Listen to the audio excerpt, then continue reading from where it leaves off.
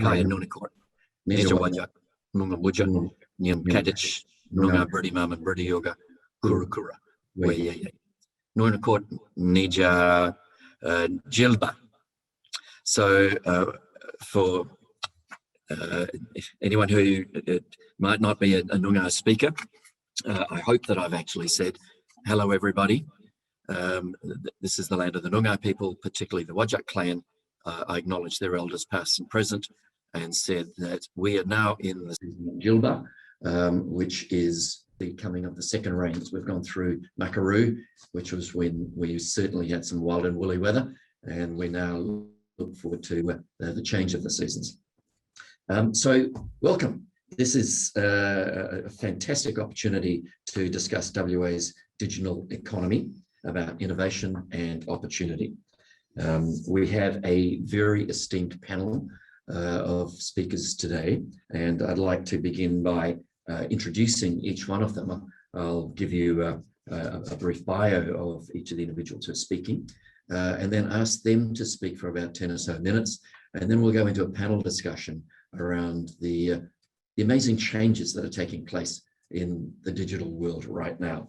So first of all, I'd like to welcome Professor Melanie Johnston-Hollit, who is an internationally prominent radio astronomer working in the space of astrophysics, computer science, and big data. Now, I'm presuming someone wrote that and put the space in there as part of a dad joke, right? Because that's the sort of thing that I would have said. I was quite pleased that there was a pun right in the middle of that sentence. Melanie is a former director of the Murchison Wide Field Array Radio Telescope and is currently the director of the Curtin Institute of Computation, which is a knowledge accelerator based on the use of data science and high-performance computing aimed at producing better outcomes for research, government, and industry. Melanie was also recently appointed as the director of the Australian Space Data Analysis Facility, ASDAF, and that's a facility that's offering small and medium-sized enterprises the opportunity to leverage Western Australia's existing computing and data infrastructure by making available training, data expertise, and support in finding, accessing, and analysing space data. And as we all are aware, the world of space is really becoming incredibly important. In her 20-year career, Melanie has been involved in the design, construction, operation, and governance of several major international radio telescopes, including the Low Frequency Array in the Netherlands, Murchison Wide Field Array, as I mentioned here in WA, and the $1 billion square kilometre array, the ESKA, which will be hosted both here in Australia and in South Africa.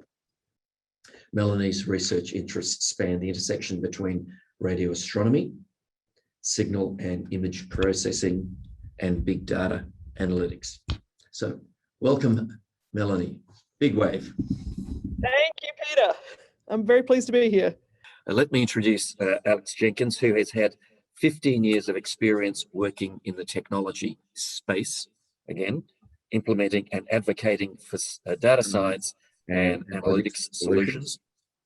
He used his expertise to build data science capabilities primarily for the mining technology businesses. And Alex has been working with leading organizations such as ABB, BHP, St. John of God Healthcare, and IMDEX to define big data, supply chain modeling, and data science solutions. Now, he takes over from Liz Dallimore and has been in the role probably for about a month, I guess, Alex. Well, it says here in June, so it's not quite a veteran now. Too far over the month. He was appointed as the director of the WADSIH Innovation Hub, an initiative of the West Australian Government's New Industry Fund, which helps industry, government, and academia to build their data science capability and advance the applications of data science throughout Western Australia. So, welcome, Alex. Where are you? Give us a wave. The third person for me to introduce is Cecily Rawlinson, who was appointed in July as the director of the WA AustCyber Innovation Hub, and she follows up from Ian Martinez, who is currently in Hawaii en route to the Marshall Islands. What a gig that is, my goodness. Cecily is a human-centered design practitioner, and I've got to ask her what that actually means, all right? And is passionate about using design thinking to unlock the creative potential of stakeholders and unlikely innovators. She led the Civicus team that facilitated the co-design and establishment of 7 regional innovation hubs around the world, launching the Innovation for Change Network in 2015, and working with the Innovation for Change group allowed Cecily to hone her innovation skills and to witness firsthand the global demands of cybersecurity awareness and training. Prior to joining Civicus, Cecily began her career at the Organisation of Economic Cooperation and Development, also known as the OECD, and has worked with DCAF. Sounds like a very light coffee, but it's actually the Geneva Centre for Security Sector Governance. Cecily holds a Master's in International Affairs from the Graduate Institute of International and Development Studies, and has a Bachelor of Arts and a Bachelor of Commerce from the University of Western Australia. Give us a wave, Cecily. I'll do that there. And finally, let me introduce Mark Stickells, the Executive Director of the Pawsey High Performance Computing Centre. Pawsey is one of 2 Tier 1 high performance computing facilities in Australia. The other one is the NCI at ANU. And the primary function is to accelerate scientific research for the benefit of the nation and to support Australia's participation in the SKA. Pawsey is undergoing a $70 million technology refresh, and Mark leads a team of 50 HPC data and visualization experts supporting over 2,000 researchers through over 400 projects, which use Pawsey's advanced computation and data systems. So as an experienced R&D and technology executive prior to joining Pawsey, Mark held leadership roles in the innovation and industry engagement sector with UWA and was the former CEO of WA ERA, the WA Energy Research Alliance, an industry research joint venture between Australia's national science organisation, CSIRO, universities, Chevron, Shell, and Woodside Energy, a couple of little startups there. He also chairs the board of All Saints College and its foundation, and is a fellow of the Australian Institute of Company Directors and the Australian Institute of Management. Mark is a member of the CEOs for Gender Equity, graduated with distinction from his MBA program, and completed graduate studies in governance, educational administration, energy, and resource policy. Hello there, Mark. Give us a wave.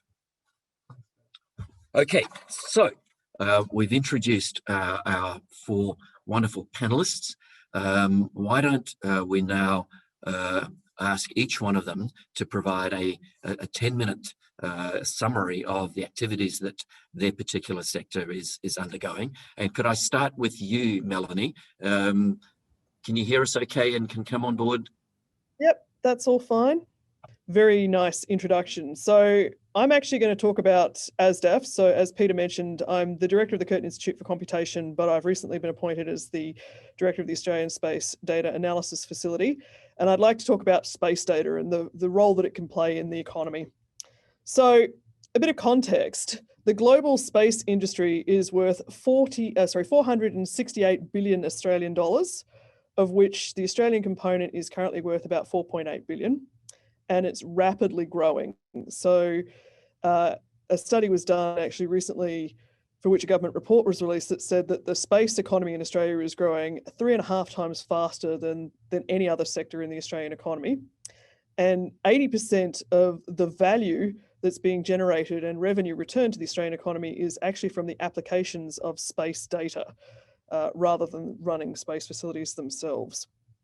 And this makes sense in the context of the world that we live in, where we're seeing a rapid increase in the digital economy.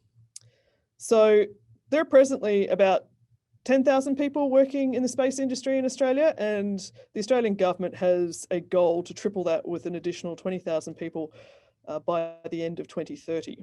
So to realise an ambition like this and to capitalise on this new industry sector, we need to both upskill the workforce in the use of space data and grow and sustain industry and research uptake of space data as an initiative.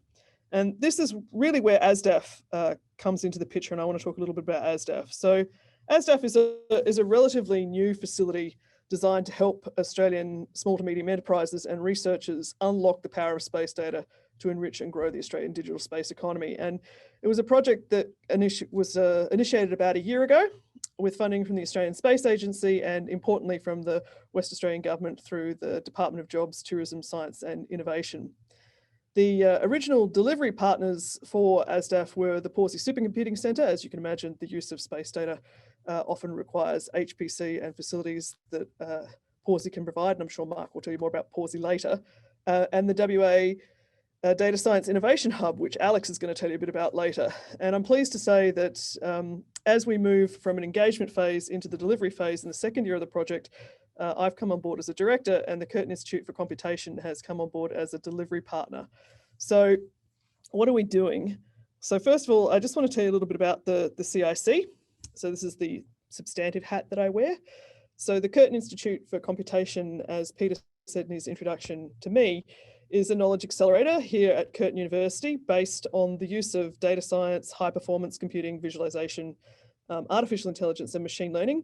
We employ a team of 15 mostly PhD level data scientists who are actually here with us today in the in-house in-person component of this event. And they work with over 170 researchers across Curtin to produce value from data science for research, government and industry. Last year, we worked on 46 different data science projects with 30 external organisations, everything from SMEs, government departments, cooperative research centres and not-for-profits. And the project work was to the value of about $6.5 million. And so the CIC, and you can see our social media links there, is part of Curtin's digital transformation program, and it's located in Innovation Central Perth on the Curtin campus in Perth, which is where we all are presenting from today. So our bread and butter is to really work with people on data science projects, and that includes the use of space data. And so we are very happy to partner with Pawsey and WADSIH on delivery of the ASDAF program. So since CIC's come on board as a delivery partner, we've been able to second a number of people into the ASDAF team. So these are the people here. And if you're here in person, you will see, I think, almost all of those people floating around. So do come and talk to them if you want to know about how ASDAF can help you. Speaking of which, what we're trying to do in terms of increasing both the Australian and WA digital economy around space data is to educate SMEs and other space sector organisations about the value of space data, to attract them to use space data with their strategies and daily operations, and to help them actually do that and help jumpstart this economy. So how can ASDAF help you? We run parallel programs to allow SMEs and researchers to engage in knowledge transfer, training and capacity building, data engineering and access to data science expertise. That's our main website there. But I'm going to talk a bit about these threads specifically. So knowledge transfer. So one of the things that we need to do if we're to realise the government's ambition for the space sector in Australia is we obviously need to explain to people what you can do with space data and where to find available space data. So space data primarily comes in two forms in terms of access. So one is open access data, which you can freely get, but that doesn't mean that it's actually easy for you to just take it and do something with, but part of the challenge is to know where it is, and then what you can do with it. So we run knowledge transfer programs for people to come and find out what you can do with space data, how to find it. We can also discuss potential ideas on how your organisation can partner with us and other organisations in the sector to realise value for whatever your definition of value is. And in addition to that, it's not enough to know that there are space data there. What you want to be able to do is upskill that workforce via training and capacity building. So partnering with the delivery partners for ASDAF, so Pawsey, the CIC, and WADSIH, we provide training and capacity building for staff from SMEs and research organisations to find the data, access the data, and utilise it. And in particular, if you're interested, we can tailor training programs to enhance capacity and capabilities for the utilisation of space data. So ASDAF's been running for a year in that kind of mode, doing a lot of engagement, initial engagement and training and knowledge sharing. And this is a graphic which captures the engagements that we've had to date. So this includes online training that's happened here in Australia, plus in-person training that's happened in Western Australia. And obviously in the era of COVID, there's been a strong bias towards in-person training. So we've had over 500 engagements with people across the country, and the majority of those have been in Western Australia. But in terms of engagements with SMEs, it's a much more evenly distributed representation across the country. And hopefully in the next 12 months, we will continue to foster this knowledge transfer and capacity building. But I'm excited to talk about what we're going to do next in the delivery phase, which is data engineering and access to data science expertise. So with the incorporation of the Curtin Institute for Computation as a delivery partner for ASDAP, we are launching a service to have data scientists work with small to medium enterprises directly on their space data uses. So if you're out there and you want to get into this digital space economy, we'd be happy to hear from you. If you've got a commercially interesting project and want some data science assistance, you can now go to a process where you can engage with our team, and we'll try and work out how to help you and provide the resource of data scientists to actually help you translate your ideas into a project. So applications for that will open this week, and that's the website address there.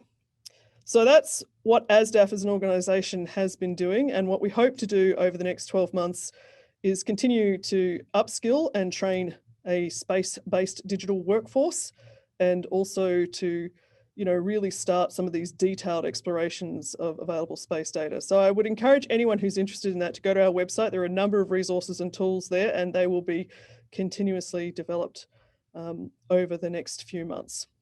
So thank you. Melanie, thanks so much for that.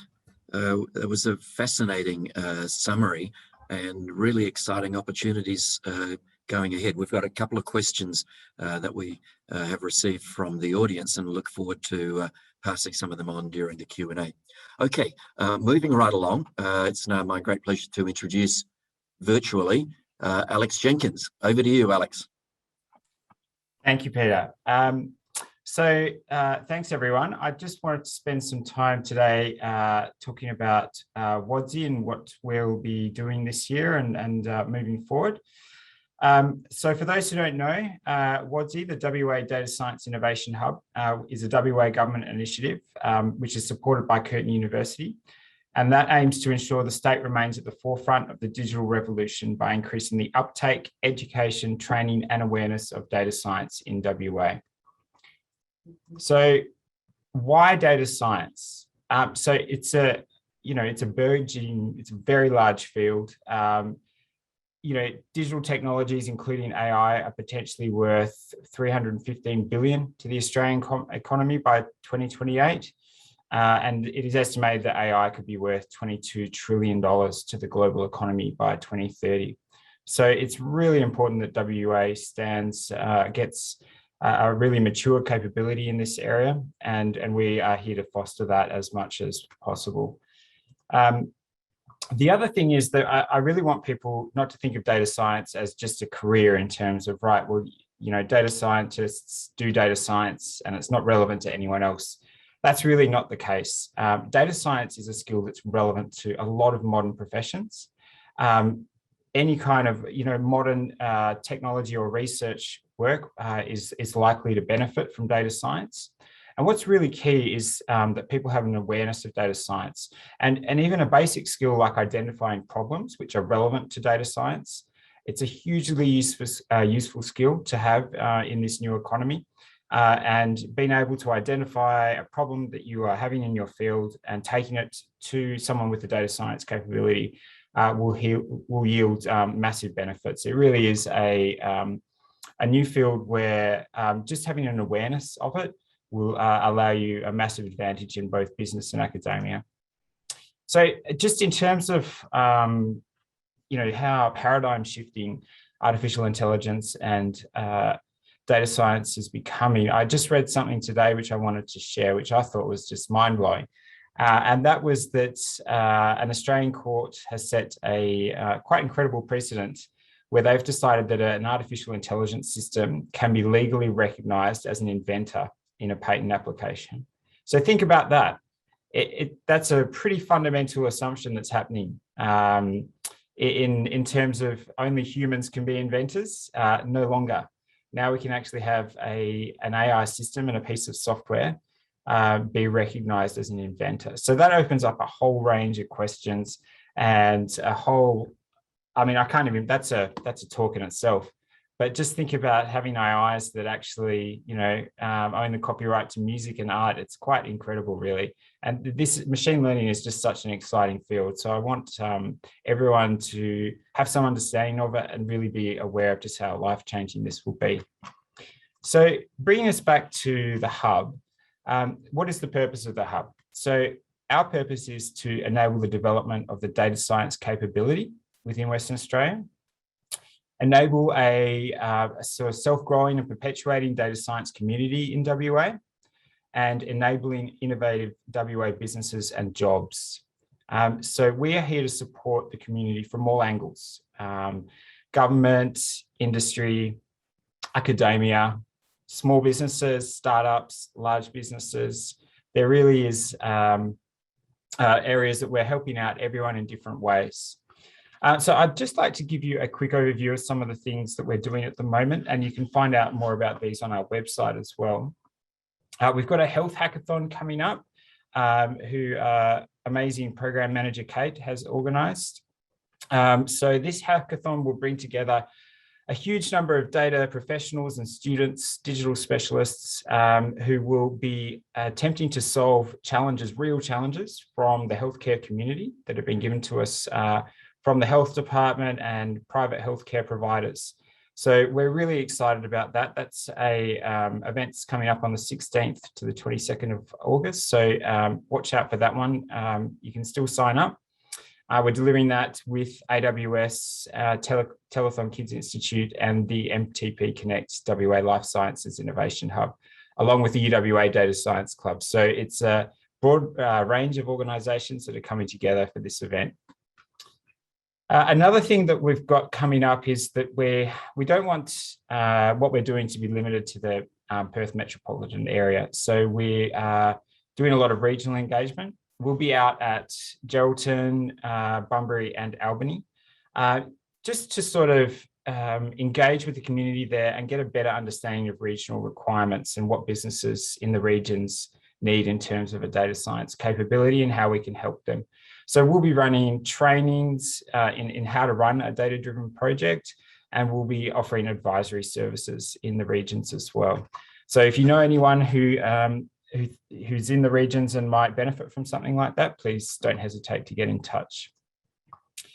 The other thing we're developing is an internship portal. So this is a really exciting website. We're going to bring together students and industry opportunities. So it's a place where industries can put their opportunities for internships or graduate positions around data science, and for students to kind of showcase their skills and profile, and we'll connect them both.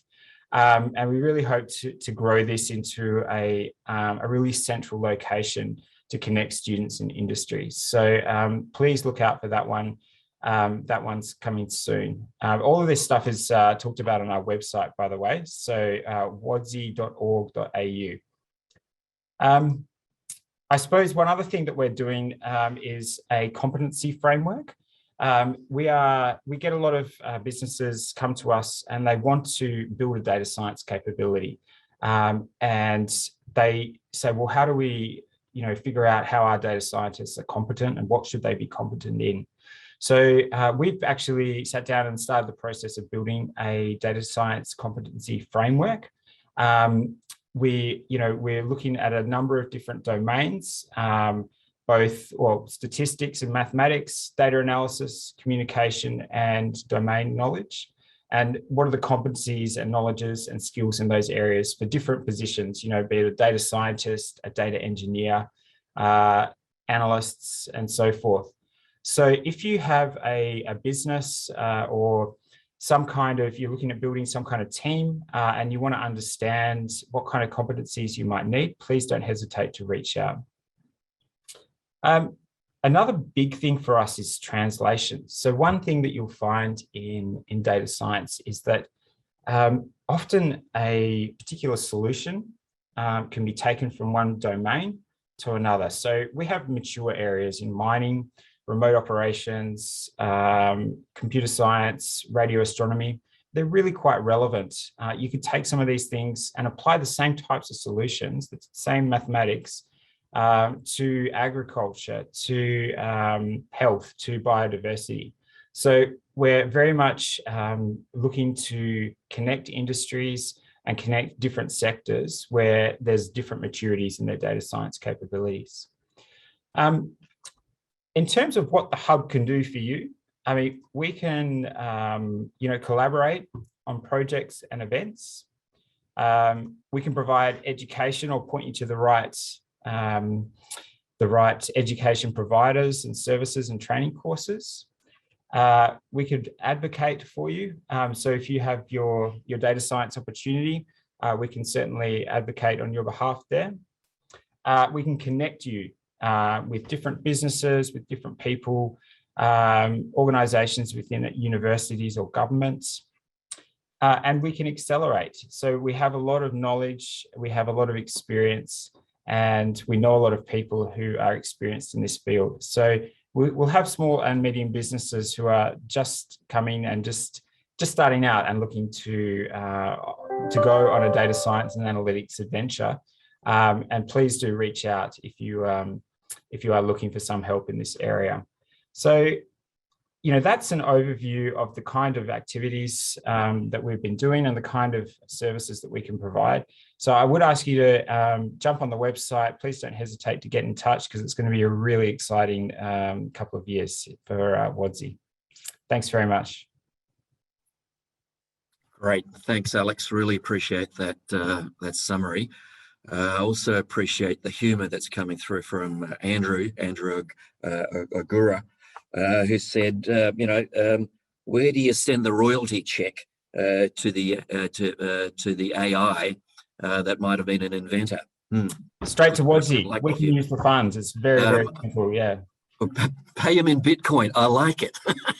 That'll teach him. Okay, moving right along. It's now my pleasure to introduce Cecily Rawlinson, and look forward to hearing Cecily's take on cybersecurity matters and where the hub has got to. So over to you, Cecily.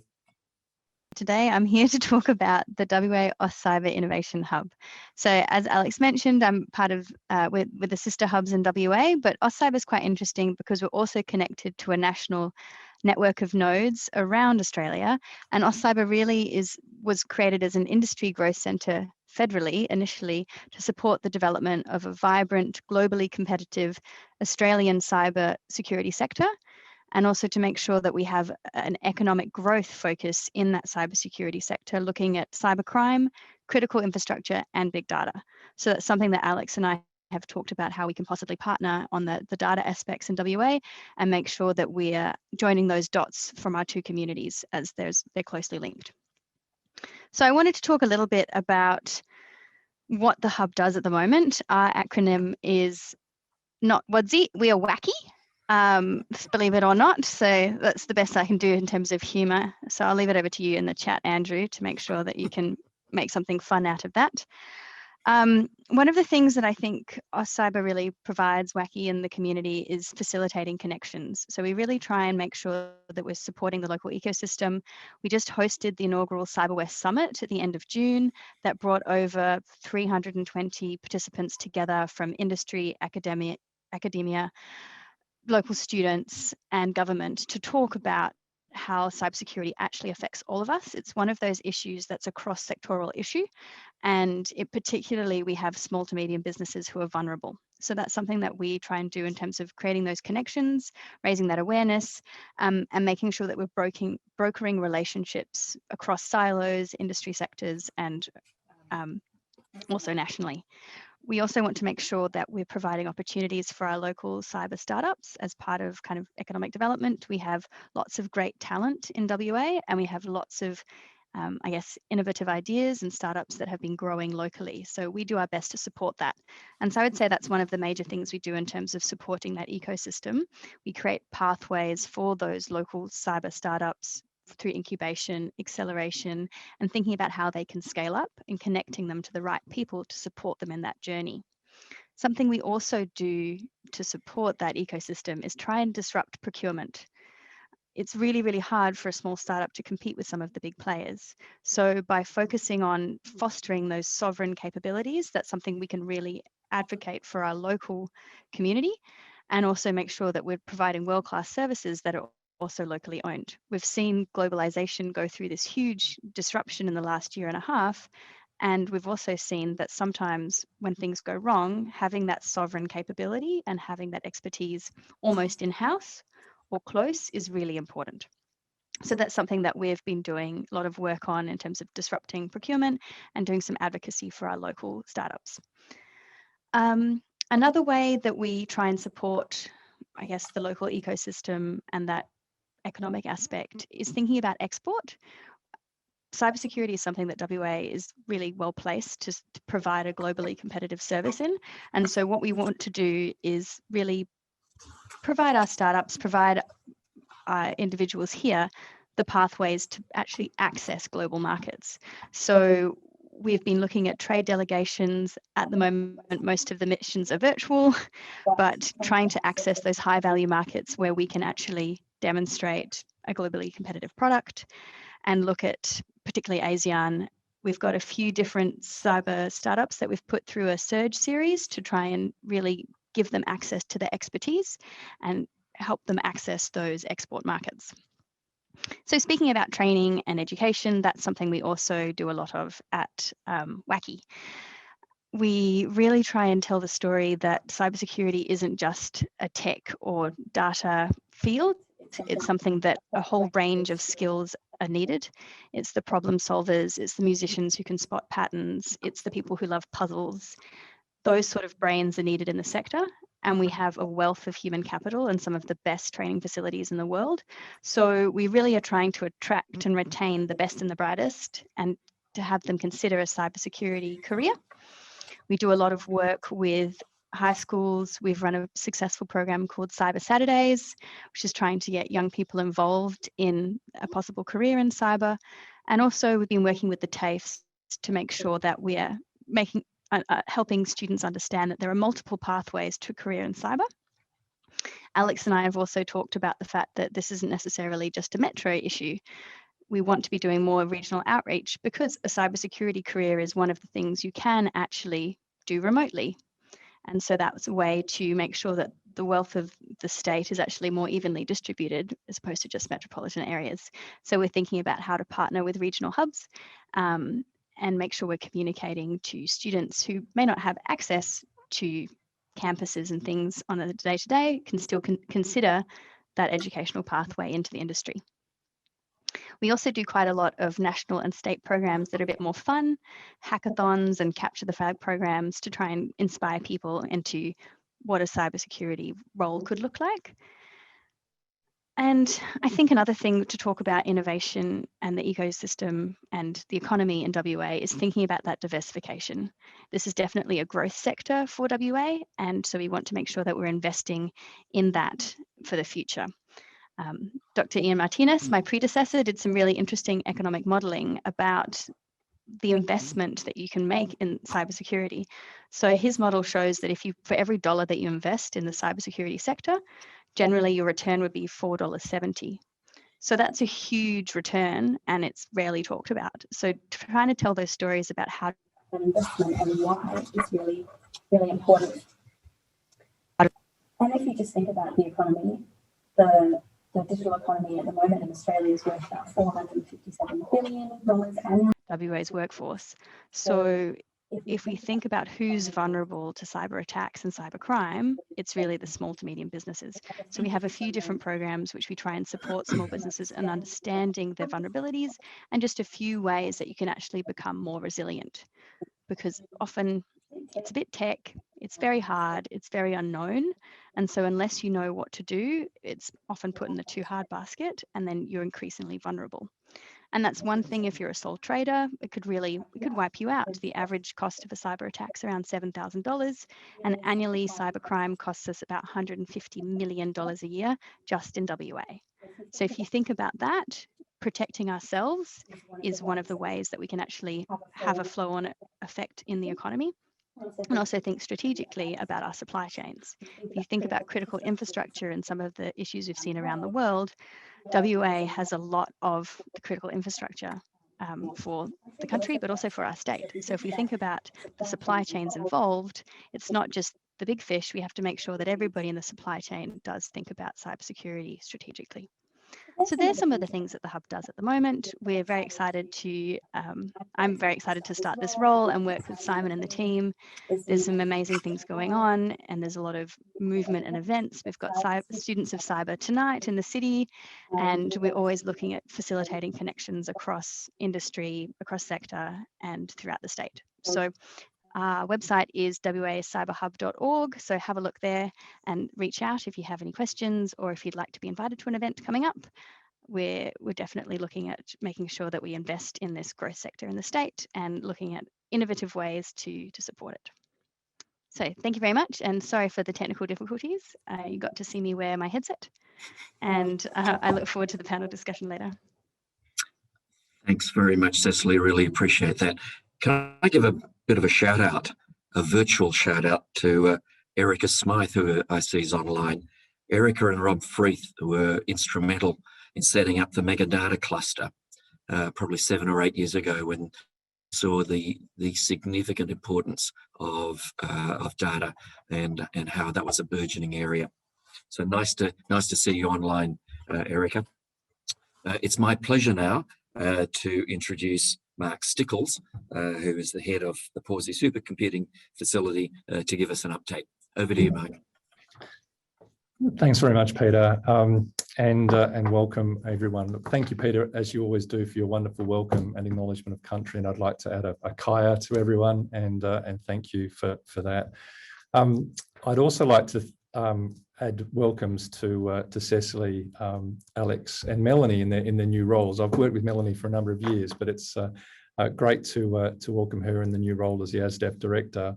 And both Alex and Cecily. Pawsey feels a little like an old hand in this space, because we have been around as a facility in some form or another for almost 2 decades. A long-standing state-based joint venture that's had tremendous support from the West Australian government, the universities here in Western Australia, and the CSIRO. And then more recently, a tier 1 national facility that's going through a tremendous transformation. And I'm really pleased to talk to you about that. I will apologise that I make a very poor sound engineer, so I've had some.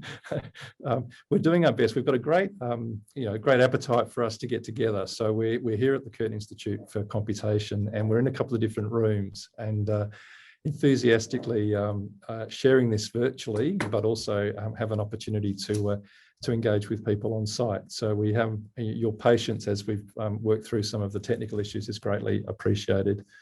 And commentary like Andrew's keeps us going as well. So thanks for the chat being entertaining.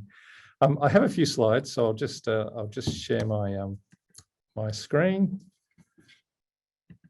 and put that into presentation mode. Is that all right? Yeah. So you'll see recently we've had some new livery at Pawsey. So we've refreshed our look, and there's some a nice story and history behind the Pawsey name and the Pawsey rebranding on our website. So that's something that I encourage you to have a look at. So Pawsey itself is a critical national tier 1 infrastructure. We were established as Pawsey in 2014, but as I mentioned, we've got a long-standing history as a collaboration between universities and CSIRO around high-performance computing and visualization. We are critical support for the Square Kilometre Array project, and that project is internationally significant in terms of what it means for digital technology, innovation, data management at a scale that we're yet to properly comprehend.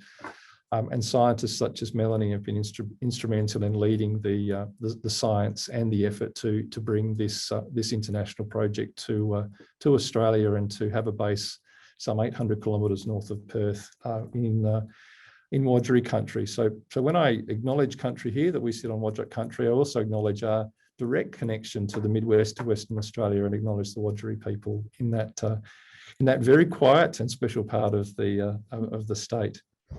The Chief Scientist acknowledged our capital refresh. We are going through a significant upgrade of technology at Pawsey, and I'll talk about that over the next few minutes.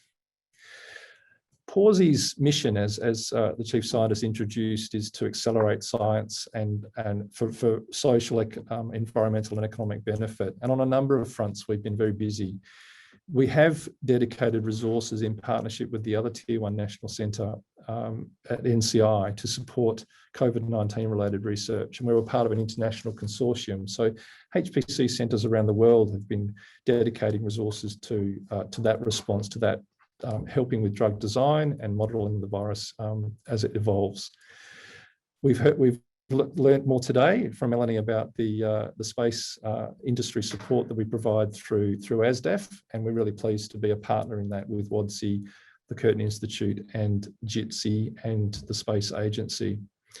Data skills and jobs is a big focus at Pawsey. Our intern program goes from strength to strength, and that's just a snapshot of some of the interns that we've had at Pawsey.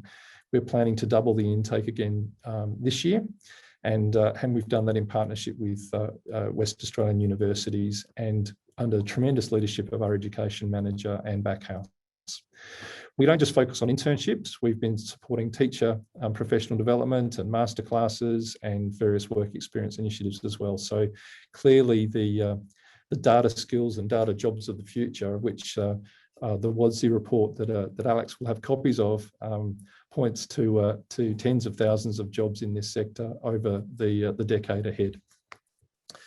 And then we still continue to partner with industry in partnership with our research universities and CSIRO to test and model and accelerate research of economic and environmental and other impacts, particularly that relates to marine engineering, our offshore energy industries, and other sectors that build on some of the natural competitive advantages we have here in Western Australia. We have some great systems at Pawsey, and the upgrade that we're going through is going to put us into the absolute top tier of systems in the world. So supercomputing 101 for me is really massively parallel computing. So it's computing that's able to do things that conventional computers would take years to process. We can process them in minutes or days in large cases for some of our projects. It brings tens of thousands of computer cores together to apply their effort into one problem in a massively parallel way. The data sets that we can support that are supporting supercomputing are really accelerating the use of artificial intelligence and machine learning. So in fact, science is starting to change. Science is starting to use computational methods to interrogate and interpret the data rather than science just generating data and then making interpretations. So the nature of science is going through something of a transformation. I've mentioned radio astronomy. That's clearly an important competitive part of West Australia's scientific landscape. And I've introduced in the third block here, Cetonics. Cetonics is the name for our new system, a 50 petaflop next generation system. It will be Australia's most powerful research supercomputer, and it's the scientific name for Quokka. If you hadn't, for those that might be from beyond West Australian borders on this video, the Quokka is a uniquely iconic West Australian marsupial.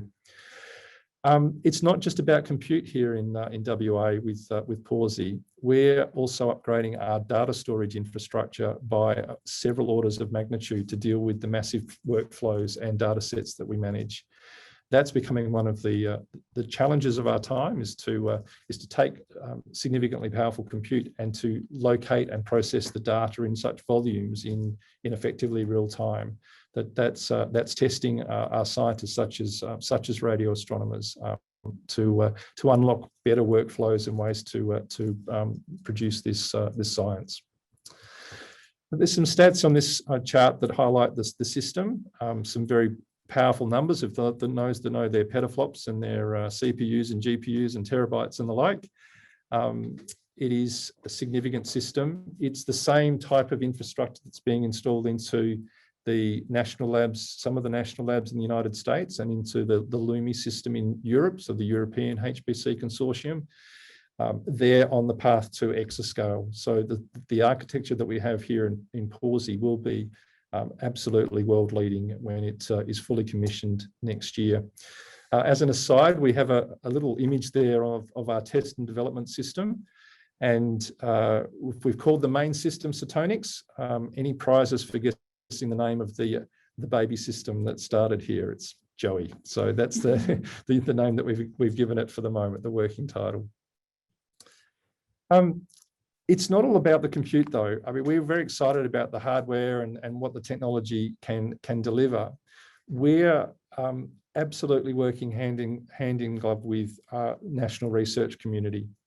We've invested a significant program of effort to work with researchers from across the country in a series of major projects to help accelerate their science so that they can take full advantage of the new system architecture and optimize their codes, and also develop the talented staff that need to optimize the science. So we've got a program over 3 years working with institutions around the country, several here in WA, with international collaborations, with industry co-investment, that's going to really take full advantage of this next generation architecture that's being installed at Pawsey.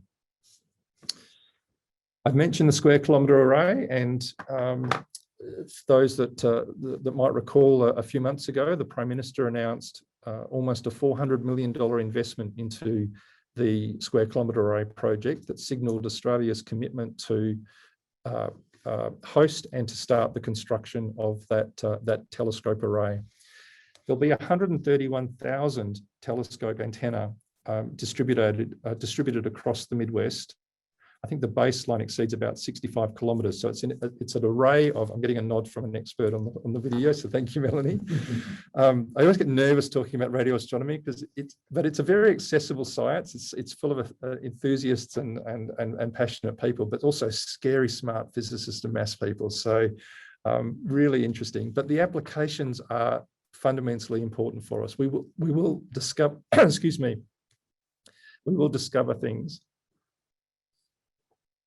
about the fundamental origins of the universe, but we're all benefiting from the application of Wi-Fi in our daily lives. The two are connected. The development of Wi-Fi technology came out of the science of radio astronomy. Some of the technology that's taking arrays of data into some of the ASCAP telescopes that are in the Midwest is being commercialized to help satellite technology deal with multiple satellite feeds. So there are definitely opportunities around space data, as Melanie talked about, and the industries that are spinning off this project here in Western Australia. And we have deep heritage here. We've been supporting the space sector for decades, since the earliest days of the Apollo program. And we're uniquely positioned in Western Australia to have investment and infrastructure from the European Space Agency, and also active investment from NASA. So we're a very special jurisdiction when it comes to space. We may not launch these the astronauts into space from here, but they'll definitely rely on our expertise to get to where they want to go, to be returned safely, and to monitor with high precision their activities in near Earth and into the deepest space. The other cool thing I wanted to talk about was quantum computing. I'm not a quantum computing expert, so please don't ask me any technical questions. But we are here in Western Australia and at Pawsey at the forefront of working with an Australian startup called Quantum Brilliance to test quantum hardware in our facility at Pawsey in the months ahead. So we currently have a number of projects working with a couple of industry partners and a couple of universities, including the University of WA, to test algorithms and to run on the emulator, so running in a quantum computing environment. But we're actually working with the company to bring a quantum hardware and an accelerator into Pawsey and test it in situ to have it operating and interfacing with our HPC systems. You can see under the challenge block, there's a red cube that's actually a synthetic diamond, and that's the technology behind the quantum computer that we're working with Quantum Brilliance. But we're getting a lot of international attention on what this prototype and testing experience is going to deliver, because most facilities internationally are still 12 to 18 months away from this sort of initiative, and they're working with the, if you like, the multinationals, the Googles and the IBMs. So we're being a little agile, a little bit entrepreneurial here in Western Australia, and testing this in a way that I think will get some very positive attention around the world. I never give a presentation without acknowledging diversity and inclusion efforts. For all of my enthusiasm about the technology and the cool things we do at Pawsey, we are nothing without our people and the wonderful colleagues that I work with. I've been on the record many times of saying that when I started at Pawsey, there were more staff named Mark than there were women at Pawsey. So I can say that's no longer the case.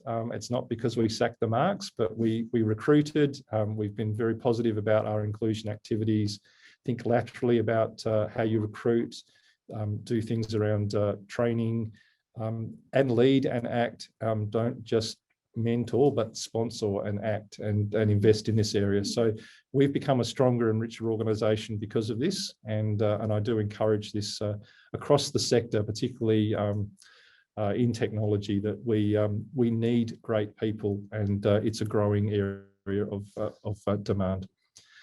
And then lastly, just to finish with a couple of cool project highlights. Pawsey's working with West Australian farmers, researchers that help using AI to apply technologies to map the efficient use of herbicides, clearly an important part of our agricultural industry in Western Australia.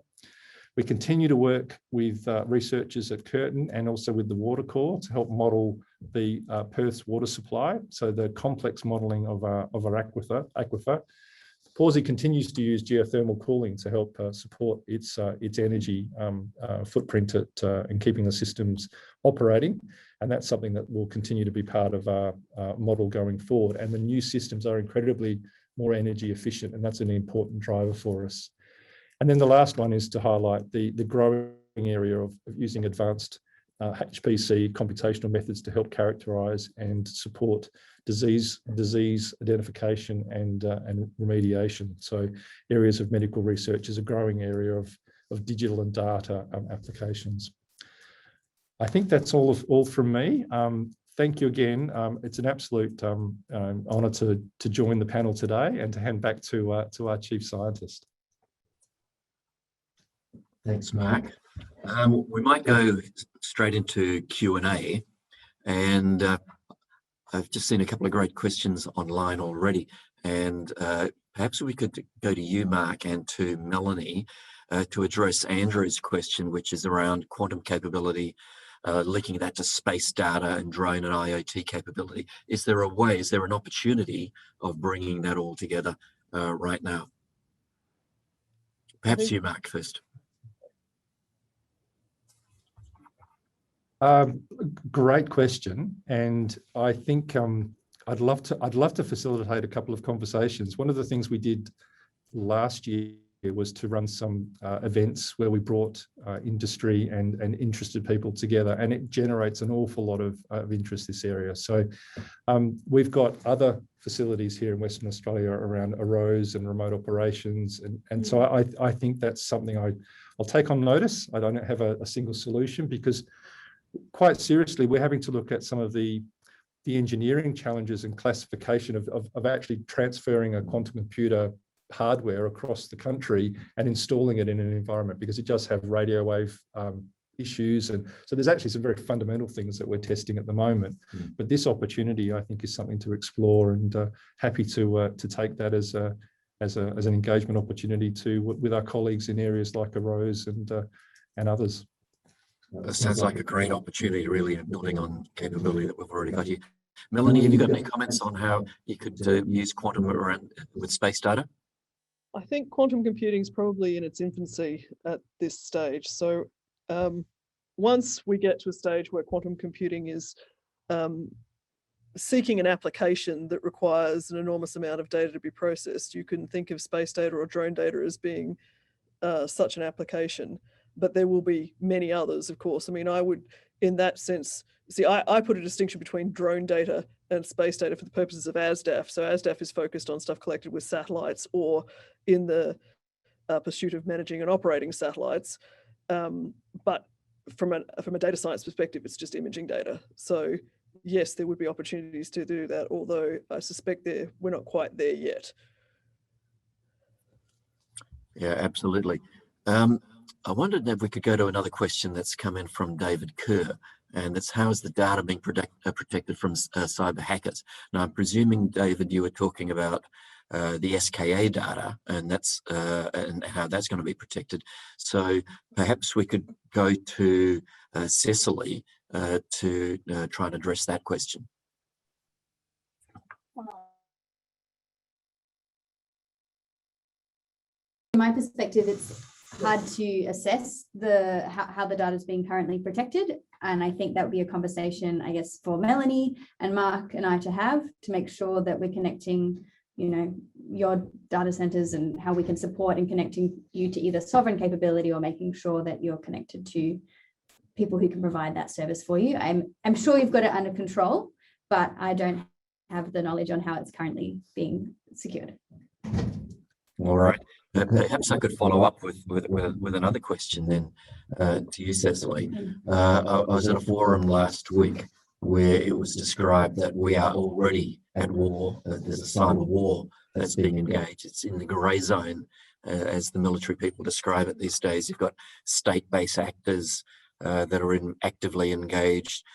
You've got geeks that are involved in trying to hack into systems, and you've got crims.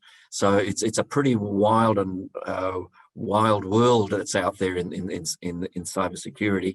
What do you see as the main threats at the moment?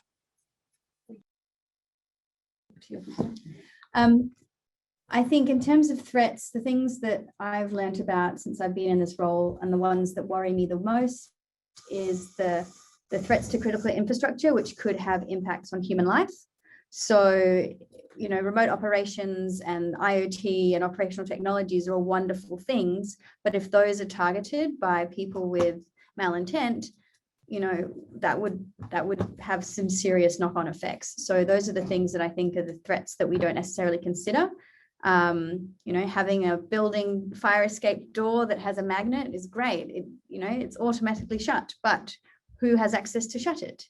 So I think those are the things that we don't always think about. Building management systems, those sort of operational technologies that from my perspective are one of the threats that I've become more and more aware of and that I worry about.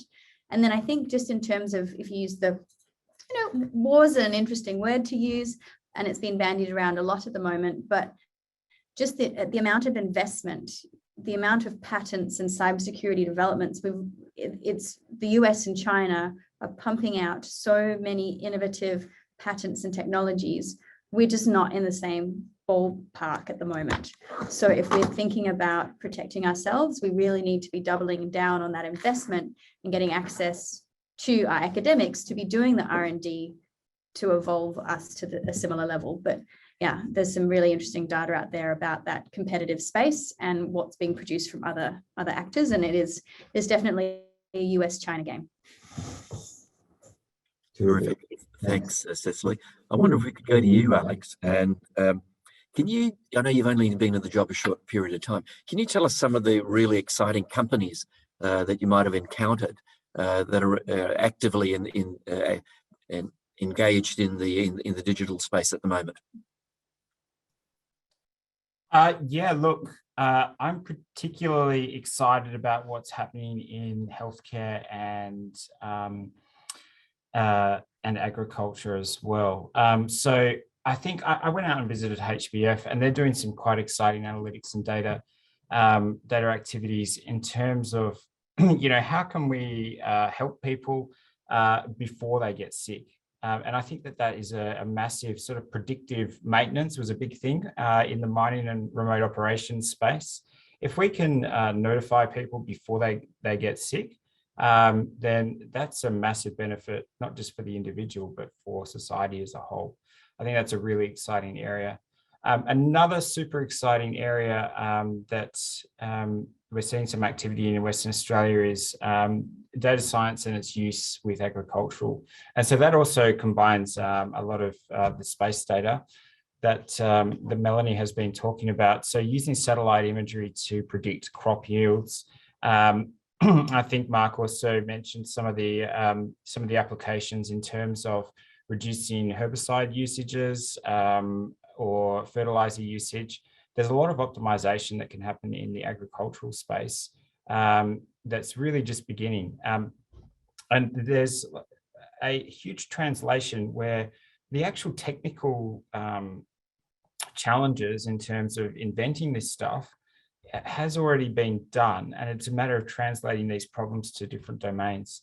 So that's where I see a lot of excitement, a lot of business activity and opportunity, certainly in Western Australia at the moment. And I have only been in the job for 5 weeks, so I'm really looking forward to learning more about what WA Business is up to.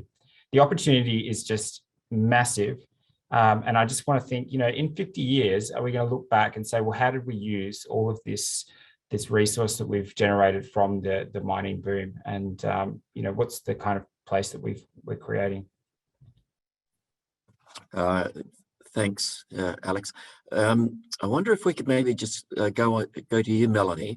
And Alex has just given an example of using space data for agriculture. Are there other areas, other examples that you could give us that are that just make it a little bit more clear for everyone who's online about how you can apply space data to a number of different opportunities? Yeah, sure. So there's a whole range of different things you can do with space data. So we've seen examples where people were doing fire front mapping from satellite data. So understanding where bushfires are currently active, and then you can potentially use machine learning to try and predict where they're going to go. You can look at food security issues. So Alex has touched on agriculture, but you've also got the potential to use satellite imaging to understand crop growth and predictive modeling about how that's going to work, to look at phytoplankton, algal blooms on the surfaces of the ocean, to look at ocean currents. There's a raft of climate change projects that you can potentially look at and address with satellite data. And this is all satellite data based looking down. Of course, it's not the only remit that you can have. We've got satellites in orbit around the Earth looking out at, say, the sun. So if you're studying the active sun, you can look at how frequently and how large coronal mass ejections might be. And if we get a sufficiently large coronal mass ejection, we get a huge amount of high energy particles hitting the Earth, which has the potential to disrupt electromagnetic systems that we've got. So that then disrupts communications. So there's a huge range of things that you can do with satellite data. And these are just on the very sort of macroscopic scale looking at things. The resolution and spatial sensitivity that we've got, not necessarily of freely available satellite data, but of existing satellite data, allows you to do things on a very fine temporal and spatial scale as well. So population mapping, so urban segregation. So how do cities grow? If you look at how cities are moving out from satellite imaging on small scales, you can make predictive analytic models to suggest this is where you should put your infrastructure investments in the future. This is where your city is likely to grow. There's a huge range of things that you can do. And it's really exciting, actually. It's exciting to be in, I think, a phase in human history where we've got this level of data matched to a level of compute that allows us to really drill down on some of these things which we've known about for eons, but not been able to actually model and predict at this level of accuracy. So I actually think that's kind of cool. Me and Melanie were just talking the other day about some of the really exciting non-obvious uses of this type of data. I was reading about a study. They use satellite data in Thailand to map areas of poverty. by looking at nighttime and seeing the intensity of the light. And obviously there are places in urban areas where there's not much light at nighttime, and it's usually indicative of low socioeconomic status or some kind of poverty. And that to me is really clever. It's really obvious, like not obvious kind of use of this data. And it's really exciting to see what other applications are out there. Yeah, well, there's also the, looking at pollen to see where you should put your bees. So just amazing things that you can do, as Alex says, making those associations. How do human systems work, or even natural systems? What information do they give out, and then what can we do with it to predict one thing from another? Super, super cool. So is that a case where it's really the bee's knees? Sorry, Yeah. moving right along. That had to be said. We've got another question here from Andrew, which is, I think, a really relevant one. And it goes back to you again, Melanie. The data that you're talking about, the space data, is that limited to Australia, or is that actually global? And if it's global, how does that affect, how is that impacted on by international law? So ASDAF, to start with, is using open access data. So we don't have capacity to provide commercial data. If companies or others want to come and they've already got that access to those data themselves, then there isn't a legal problem because they've procured it and got whatever licenses are in place. So for us, that's not actually an issue. We're not limited to Australian data. There are plenty of open access data sets which are global or regional, and we're happy to work with anyone wanting to use those. Our only limitation is that we're focused on value for the Australian economy, and so we're looking at Australian researchers and SMEs that are going to drive that economic return. Spoken like a true politician. Beautiful answer, Melanie. Could I go to Cecily and ask a question around disruption in procurement? Now, procurement is one of the real challenges in terms of developing sovereign capability, because for 30 odd years, we've believed in market forces driving things. But with the emergence of COVID and supply chains being disrupted, we've really encountered some challenges around supply chains, and now procurement is struggling to come to terms with that. How do you see a procurement disruption happening? Thank you. I mean, it's an excellent point that you've raised. And if we think about kind of how globalization has now evolved, and the fact that having a sovereign capability is actually something that could benefit from a little bit of protectionism, to be honest. So it's really reversing the way we've worked for a long time. So the way we're working at the moment is trying to target, I guess, a few different key contractors, because having a government contract with any sector, whether it's defense or if it's a state government contract, really gives small local businesses that credibility to expand and to scale, because often once you have one trusted client, you actually then can access different markets. So we're working with different state government actors to connect the local cyber startups that we have, and also talk through people like the Department of Finance, and see how we can give them that assurance that we do have the skills and the capabilities that they need to keep them safe and to provide the services and products they require, and the benefits of having it local. So it's more than just a buy local checkbox. It's really having some thoughtful support for smaller companies. And it's quite interesting that even we have some startups from WA who have contracts with the Queensland government, with the New South Wales government, and with the Victorian government before we've been able to unlock local government. So I think that's something that the hub is really trying to broker those relationships and play that kind of lobbying or advocacy role in saying that, yes, we can do this. And, you know, when push comes to shove, is it better to have a small startup who's local to meet your needs, or is it going to be a huge player who's overseas and in a different time zone? Like, if we have a severe problem, who do you really want in your corner? So I think it's telling that story and giving those opportunities for building those trusted partnerships.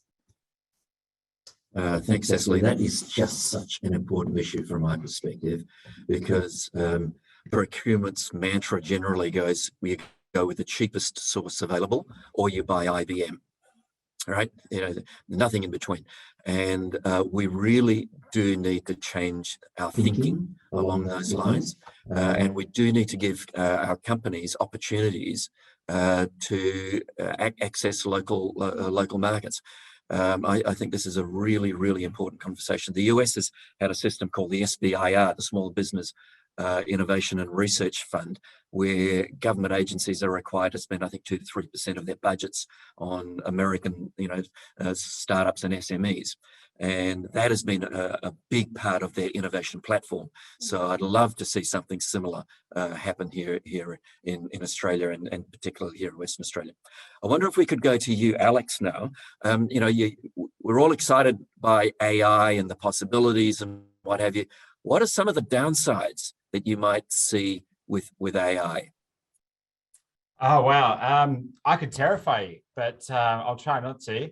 I think some of the risk, a lot of people have raised some, not doubts, but concerns about how this space will be regulated into the future. Think about going into a bank and asking for a home loan, and it's not you wouldn't have a person explaining why you can't have a home loan. You have a computer model say no, and that does happen, right? But these models in banks, they only use particular types of models where they can explain the outcome. Some of these machine learning models, they're real black box, and people don't understand the decisions that are made. There's very little observability, they call it, or explainability. So this is a new area of machine learning and AI, where people are trying to figure out how these models do the work that they do. So some people are finding out, for instance, with surveillance cameras and facial detection, they might have particular racial biases. And that is based on or a product of the types of training data sets that they used. Now, if these data sets are not representative, then you can get particular biases, and that's a real problem. So we need to understand how these systems are working, where they are, have weaknesses, and we can't just throw our faith in these things. Self-driving cars is another one. I genuinely believe that we'll all have self-driving cars in the not too distant future, but there are massive safety and ethical issues there. Does a computer in your car decide that a crash is inevitable? And does it swerve towards a pedestrian to keep the occupants of the car alive?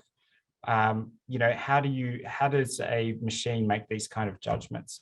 So I just think we have to try and be ahead of the game. This field is really moving fast, and try and put some kind of regulatory frameworks in place before the technology it kind of escapes us, I suppose. It's really a good time to start thinking about what the future might look like, because this is an area that's going to accelerate exponentially.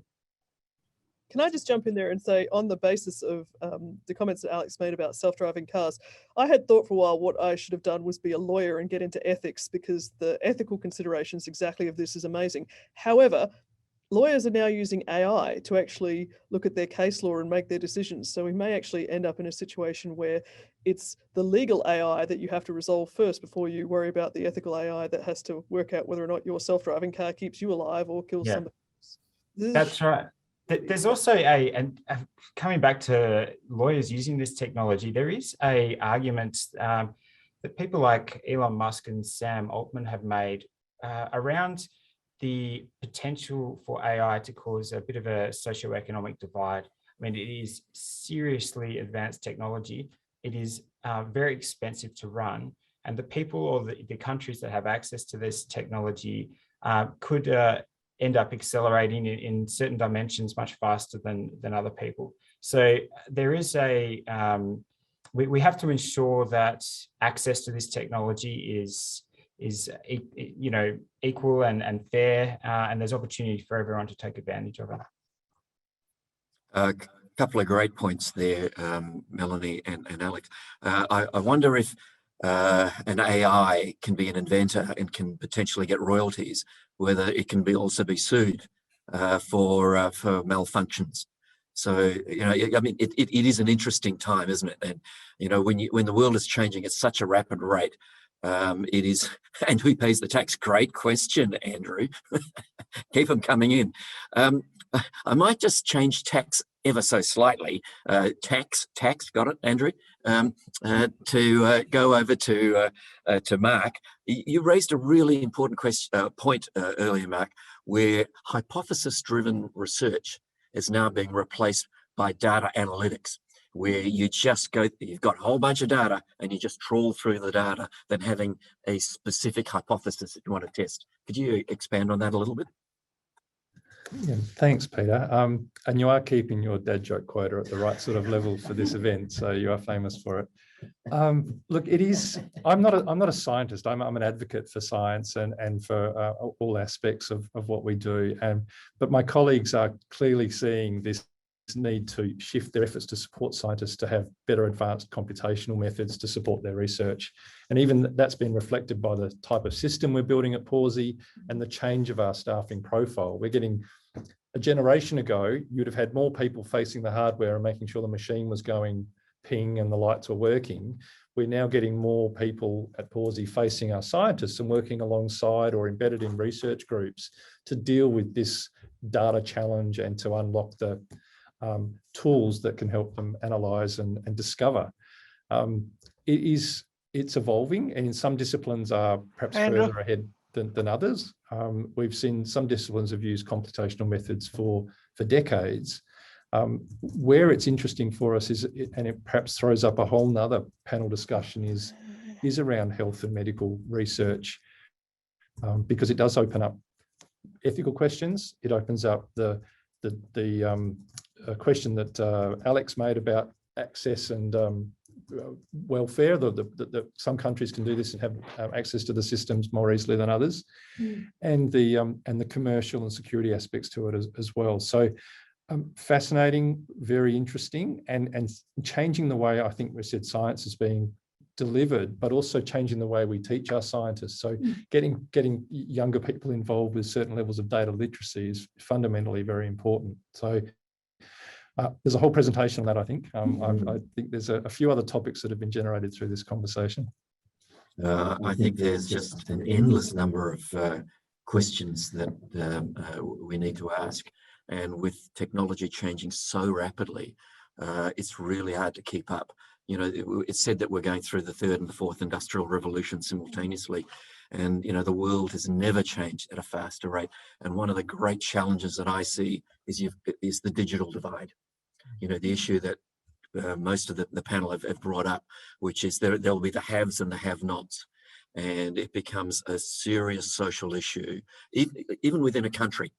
How do you manage access, equitable access to data when the low socioeconomic groups cannot afford the latest laptops, cannot afford to get the Wi-Fi connections and so on? And so you stretch the umbilical cord of your society.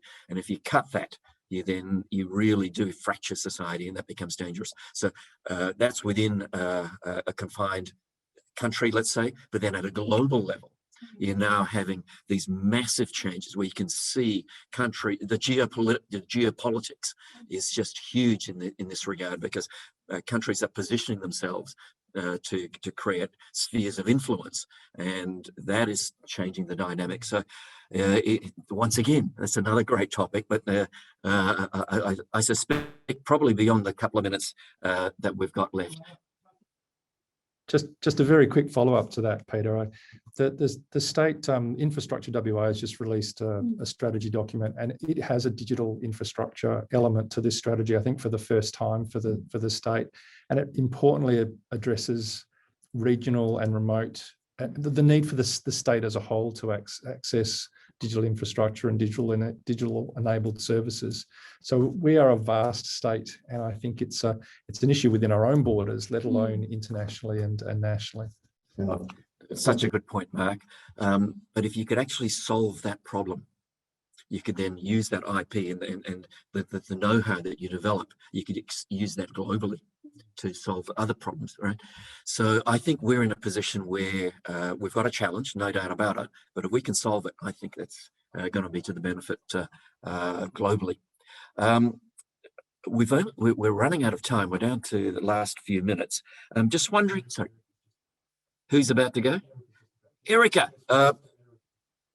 See you, Erica. Lovely to see you. Thanks so much for coming on board, and thanks for everything that you've done for the whole digital space here in WA. Great job. Peter, thanks. I wonder if we could maybe just wrap up very quickly with each one of you. What's the most exciting thing that you see coming ahead for you, and what's the biggest threat? Let's start off with you, Cecily. Thanks, Mark. So I think the most exciting thing is that there are really world-class products and services coming out of WA. So there's things that we have had our local startups create that are now being exported internationally and adopted in Palo Alto and Silicon Valley by Cisco, like these huge international places. So I think that's really, really exciting. And the collaborative energy of our local cyber ecosystem is fantastic. I think the biggest threat is probably awareness and I guess lack of understanding of how to address cybersecurity risks, and the fact that it needs to be on, the huge industry players, the small, medium businesses, and then the individual citizens.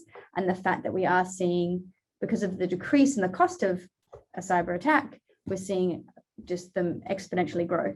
So it's going to be a challenge in the next few years.